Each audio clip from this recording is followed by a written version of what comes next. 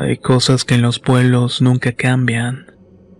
El sonido de los gallos al amanecer, el olor a leña en el aire fresco en la mañana, y los mismos rostros que uno ve desde pequeño. Yo soy Eloy y he vivido toda mi vida en este pequeño pueblo, un caserío metido en la sierra, donde las noches son tan oscuras que hasta el silencio parece pesado. Fue ahí donde hace poco vi de nuevo a Ernesto, mi amigo de la infancia, si es que todavía puedo llamarlo así. Teníamos años sin vernos. Él se había ido a la ciudad cuando apenas cumplíamos los 18. Estaba buscando mejores cosas, entre comillas. Y cuando volvió, vaya que cambió. Me enteré de su regreso una tarde de agosto mientras descargaba secos de maíz en la tienda Don Chano. Un par de mujeres estaban murmurando junto a la caja. Dicen que Ernesto volvió, comentó una. Lo vi llegar anoche en una camioneta vieja. ¿Y qué viene a hacer aquí?, preguntó otra con desconfianza. Que porque en la ciudad se metió en problemas, embarazó a una mujer y la familia lo anda buscando para matarlo. Eso no me sorprendió. Ernesto siempre había sido así, descarado, mujeriego, con esa sonrisa cínica que engaña a cualquiera. Cuando éramos muchachos le encantaba endulzar el oído a las muchachas del pueblo, incluso a las casadas. Nunca le importaban las consecuencias. Mi abuela decía que era igualito a su papá, un hombre perdido por la lujuria y las malas mañas. Y todos sabíamos qué fue lo que le pasó a su padre. Cuando Ernesto tenía 10 años, su papá desapareció en el Zapotal, una zona de monte denso cerca del cementerio viejo. Se rumoraba que lo habían visto entrar una noche borracho siguiendo a una mujer de cabello largo. Nunca salió. Al día siguiente solo encontraron su sombrero tirado entre la hojarasca. Desde entonces en el pueblo se repetía lo mismo. Las tepas lo reclamaron. Esa noche lo vi en la plaza sentado en la banca de siempre como si nunca se hubiera ido. Estaba con un cigarro entre los dedos y una sonrisa socarrona. «Eloy», gritó al verme. «Carajo, mira nada más. ¿Quién diría que todavía sigues aquí?» Lo saludé con un apretón de manos y se veía igual de altanero que siempre, aunque con más arrugas alrededor de sus ojos. «Dicen que volviste huyendo», le dije medio en broma. Él soltó una carcajada. «Puros chismes, ya sabes cómo la gente de aquí.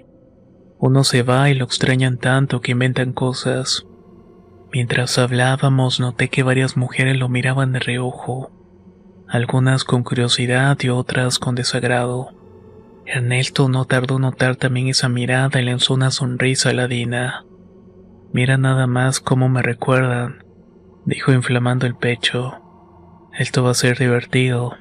Caminamos hasta la cantina de Don Beto, donde siempre acababan las noches tranquilas del pueblo.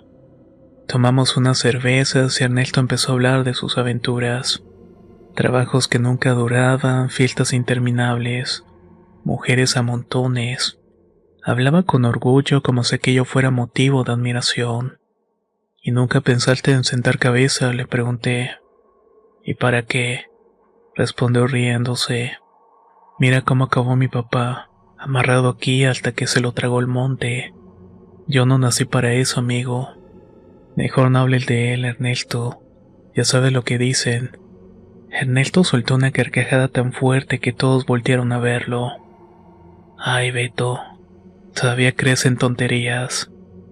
Mujeres que desaparecen en el Zapotal para llevarse a los hombres. No manches».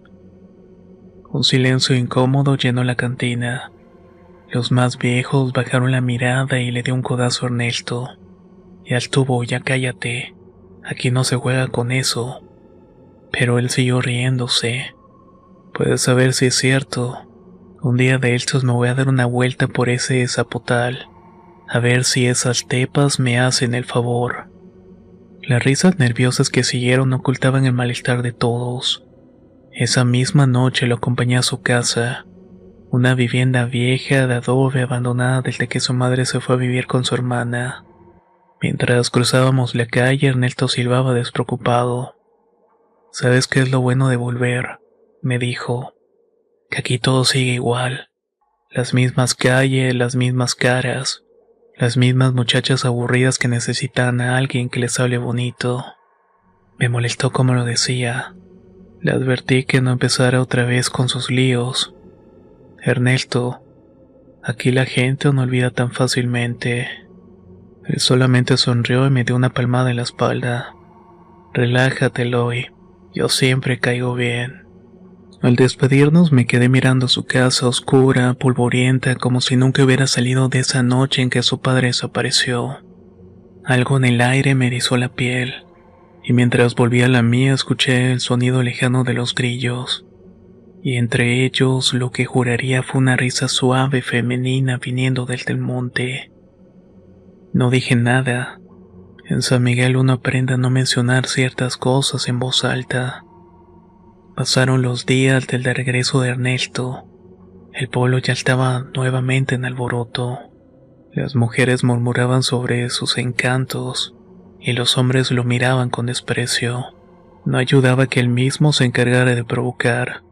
Piropos descarados a las casadas, risas burlonas cuando alguien le reclamaba, y esa manera suya de quererse verse por encima de todos. Una noche de viernes lo encontré en la cantina rodeado de 3 jóvenes que apenas pasaban los 20.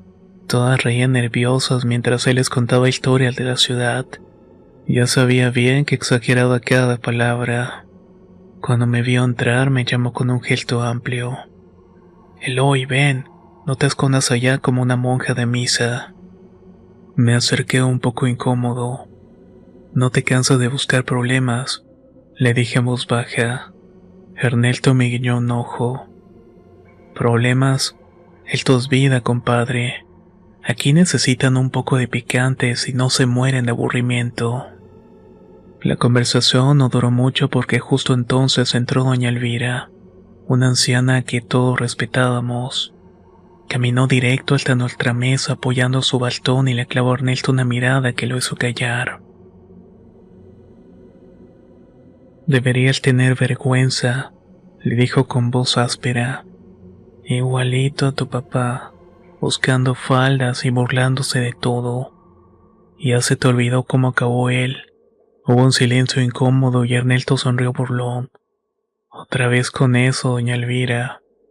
Ya le dije a Eloy que esas historias son para espantar chamacos. Ella golpeó el suelo con el bastón. Pues sigue riéndote, muchacho. Las tepas saben quién se burla. Y cuando vienen por uno no hay vuelta atrás. Varios en la cantina hicieron la señal de la cruz y Ernesto soltó una carcajada. Pues que vengan, doña, a ver si están tan buenas como dicen. Elvira lo escupió en el suelo y salió tambaleándose y yo lo tomé del hombro. Estás jugando con fuego, amigo. Esa noche bebimos más de la cuenta. Cerca de la medianoche Ernesto se levantó tambaleándose. ¿Sabes qué? Voy a demostrarte que todo esto es puro cuento. Voy a darme una vuelta por el zapotal. Yo me negué en seco. Estás loco. No voy contigo. Entonces mírame bien, dijo con una sonrisa de siempre, porque mañana voy a estar aquí para decirte te lo dije. Se fue solo y yo intenté seguirlo, pero apenas llegué al puente de madera que separaba el pueblo del cementerio viejo, el viento frío que corría del monte me detuvo. Había una oscuridad densa, como si más allá no hubiera nada. Me quedé esperando en la entrada, pero Nelson nunca volvió esa noche. Lo vi a la mañana siguiente en la plaza, sentado en la banca, pálido como muerto. Tenía la camisa rota y el barro seco hasta las rodillas. Cuando me acerqué apenas levantó la vista. ¿Qué te pasó?, pregunté. No respondió al principio y solamente murmuró. La vi. Me quedé junto a él. ¿A quién viste? A ella. Una mujer. Su voz estaba temblando y me contó que al internarse en el zapotal escuchó primero risas suaves, casi como si varias mujeres cuchichearan a la distancia. Luego, entre los árboles, vio una figura alta de cabello larguísimo, vestida con algo blanco que brillaba bajo la luna. Se veía tan... Hizo una pausa buscando la palabra. Tan perfecta. Me estaba sonriendo, Loy. Me hacía señas para que la siguiera. ¿Y qué fue lo que hiciste? Ernesto bajó la cabeza. Lo que cualquiera haría. Me le acerqué. Me contestó que cegado por el alcohol y la lujuria intentó abrazarla, pero cuando la tocó sintió algo frío, como si su piel no fuera de carne sino de agua o tierra mojada. Entonces la mujer soltó una carcajada aguda que le heló la sangre, y detrás de ella aparecieron otras figuras todas idénticas, todas riendo con voces huecas. Me sujetaron el hoy. Juro que sentí manos en todo el cuerpo tirándome hacia el suelo, hacia el barro. Su voz se quebró en ese momento. Escuché que una me dijo que era igualito a mi papá. Se quedó callado con los ojos perdidos. ¿Y cómo escapaste?, le pregunté. No lo sé, solo recuerdo que corrí y corrí hasta que vi la luz del pueblo. Lo llevé a mi casa y no quería que durmiera solo. Esa noche me despertó gritando y estaba sentado en la cama empapado en sudor. Decía que había soñado con ellas, que lo estaban llamando desde los árboles. Los días siguientes fueron peores. Ernesto ya no era el mismo. No comía y apenas dormía y tenía el rostro demacrado. Los vecinos comenzaron a murmurar que lo había marcado e incluso doña Elvira vino a verme. Eso le pasa por igualado, dijo tajante, igualito que su padre, burlón, mujeriego y terco. Ya lo tienen entre los ojos, Eloy. Una tarde, mientras barría el patio, Ernesto salió tambaleándose de mi casa. ¿A dónde vas?, le pregunté. A pedir ayuda, respondió. Me llevó hasta la casa de don Aurelio, un curandero que vivía en la orilla del pueblo. Don Aurelio era serio, de esos hombres que no hablan mucho, pero que todos respetan. Cuando nos vio llegar no hizo preguntas. Le pidió a Ernesto que se sentara y le pasó las manos por la cabeza y los hombros como leyéndolo. Después de unos minutos retiró las manos con expresión grave. Estás marcado, mijo. Yo sentí un frío en la espalda y pregunté qué significaba eso. El curandero nos miró a ambos. Las tepas lo tocaron. No hay remedio para eso. Ernesto se levantó de golpe. No, usted va a ayudarme.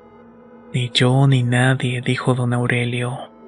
Hay cosas que uno mismo se busca, muchacho. Y cuando las tepas vienen por uno, solamente queda esperar. Ernesto lo insultó y lo empujó y salió dando portazos. Yo me quedé ahí pálido sin saber qué hacer. Esa noche lo escuché llorando en la habitación. No era un llanto normal, eran sollozos mezclados con risas nerviosas, como si alguien más estuviera con él. Cuando entré lo vi parado frente a la ventana abierta mirándose el monte. ¿Qué es lo que haces?, le pregunté. Él sonrió con los ojos vidriosos. Las oyes, Eloy. Me están llamando igual que antes. Corrí a cerrarle la ventana, pero entonces escuché algo que me heló. Había una risa femenina, suave y lejana, proveniente del bosque. Las noches siguientes fueron una tortura. Ernesto apenas dormía y cuando lograba cerrar los ojos despertaba sobresaltado, gritando que las veía de frente en su cama, sonriéndole con esos rostros pálidos y esos cabellos enmarañados que parecían estar llenos de hoja y tierra. Yo trataba de calmarlo, pero la verdad es que también estaba al borde de perder la cabeza. En más de una ocasión, mientras velaba su sueño, escuché pasos suaves en el patio, como de piel descalzo sobre la tierra, seguidos por una risa femenina, una risa tenue que apenas se distinguía del sonido del viento entre los árboles. Los vecinos comenzaron a murmurar con más fuerza. Algunos decían que Ernesto había traído algo del zapotal y que su presencia estaba trayendo a las tepas hacia el pueblo. Otros simplemente cruzaban la calle al verlo venir. Era un apestado, un hombre marcado igual que su papá. Había sido tocado por algo que no lo perdonaba. Doña Elvira vino otra vez acompañada de dos mujeres mayores. Me advirtieron que no lo tuviera en mi casa. Según ellas, lo que ayudan a los marcados a veces terminan por atraer la desgracia también. Yo no podía hacerlo.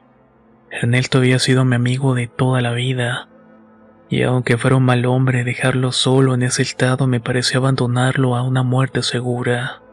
Pero confieso que hubo un momento en que dudé, y fue una noche en la que desperté con la sensación de que alguien estaba respirando dentro de mi cuarto. Abrí los ojos y entonces lo vi. Ernesto estaba de pie junto a mi cama mirándome fijamente. Parecía que tenía los ojos rojos y una sonrisa que no le había visto nunca. Ellas dicen que también te quieren ver. Salté de la cama empujándolo y en ese instante reaccionó como si hubiera despertado de un trance. Se derrumbó al suelo llorando y pidiéndome que no lo dejara solo. Me di cuenta que se estaba desmoronando por completo. Su piel estaba ceniza, sus labios resecos y agrietados.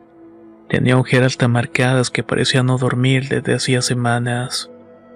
Se negaba a comer y pasaba horas enteras sentado junto a la ventana, mirando en dirección al zapotal, como si estuviera esperando viéndola llegar. Yo ya no sabía qué hacer, así que lo terminé volviendo a llevar con don Aurelio. El curandero lo recibió con resignación. Lo sentó en un banco y comenzó a preparar humo con copal, ruda y hierbas amargas. Pasó todo el humo por el cuerpo de Ernesto, mientras murmuraba oraciones antiguas, palabras que ni siquiera yo entendía. Ernesto temblaba como si algo dentro de él se revolviera. De pronto soltó un grito desgarrador y cayó al suelo. Lo levantamos entre los dos, pero cuando lo acomodamos en la silla, don Aurelio negó con la cabeza. Está peor de lo que creía. Esto no es solamente cosa de susto. Ellas lo tienen amarrado. Ernesto le rogó de rodillas que lo ayudara. Le ofreció dinero, le prometió cambiar e incluso juró que dejaría los vicios y a las mujeres. Don Aurelio lo miró con compasión, pero su respuesta fue fría. No hay remedio, muchacho. Lo único que puedo hacer es rezar para que el trance no sea largo. Ernesto lo insultó y lo llamó charlatán. Salió corriendo de la casa y yo fui tras él, pero apenas logré alcanzarlo cuando ya estaba en la plaza gritando como loco. Estaba acusando a la gente de haberle deseado el mal. Las personas comenzaron a dispersarse y nadie quería estar cerca. Esa noche me lo llevé a rastras de nuevo a mi casa. Lo más aterrador ocurrió 2 días después.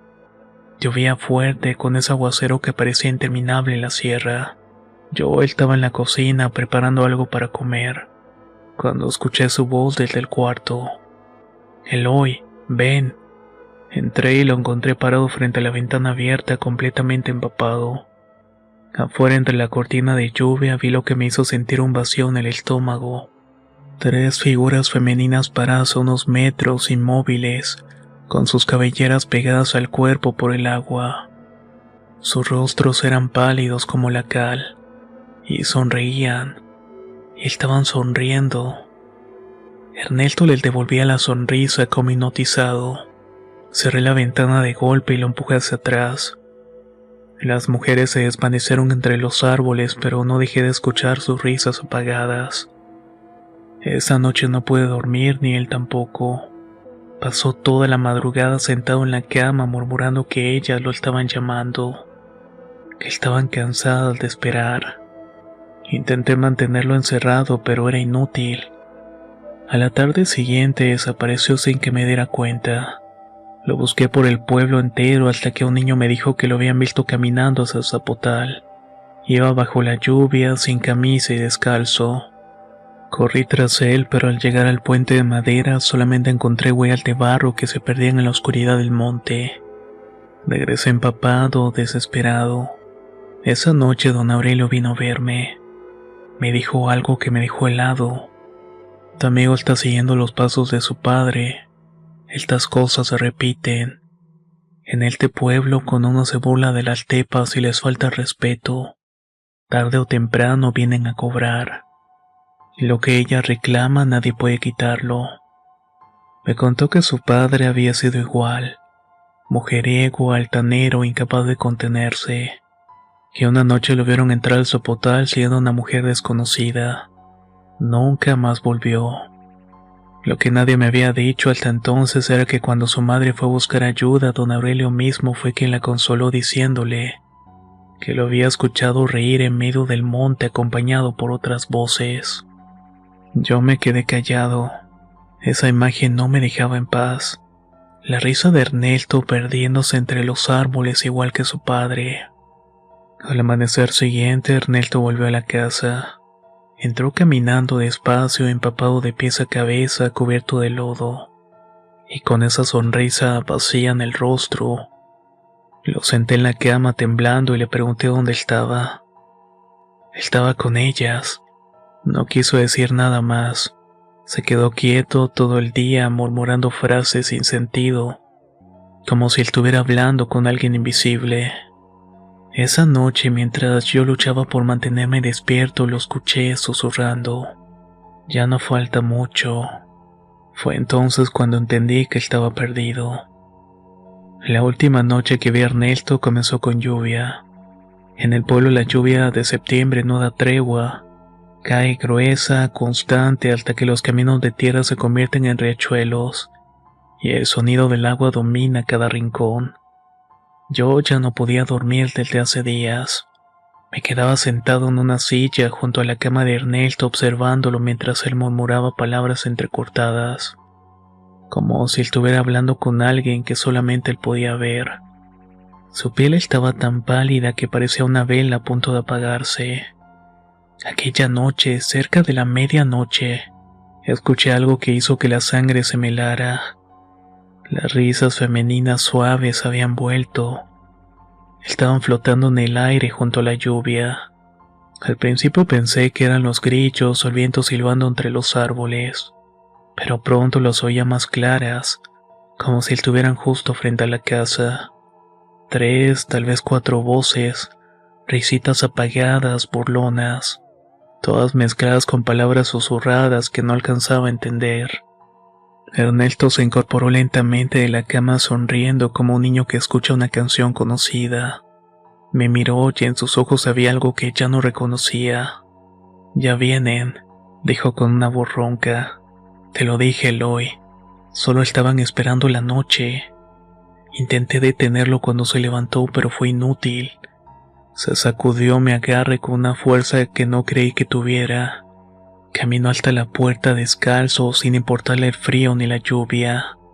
Lo seguí suplicándole que se detuviera, que pensara mejor las cosas, pero no me escuchaba. Salió al patio y ahí estaban ellas. A la luz intermitente de los relámpagos pude verlas claramente por primera vez. 3 figuras femeninas de pies bajo la lluvia, inmóviles como estatuas. Sus cabellos largos y oscuros parecían pegarse a sus cuerpos, los cuales estaban cubiertos de lodo y hojas. Sus rostros pálidos y sin expresión me observaban de reojo por un instante, antes de volver a mirar a Ernesto. Las risas que emanaban de ellas no tenían alegría, solo una extraña dulzura que resultaba enfermiza. Ernesto dio un paso hacia ellas como hipnotizado. «Ernesto, no», grité sujetándolo del brazo.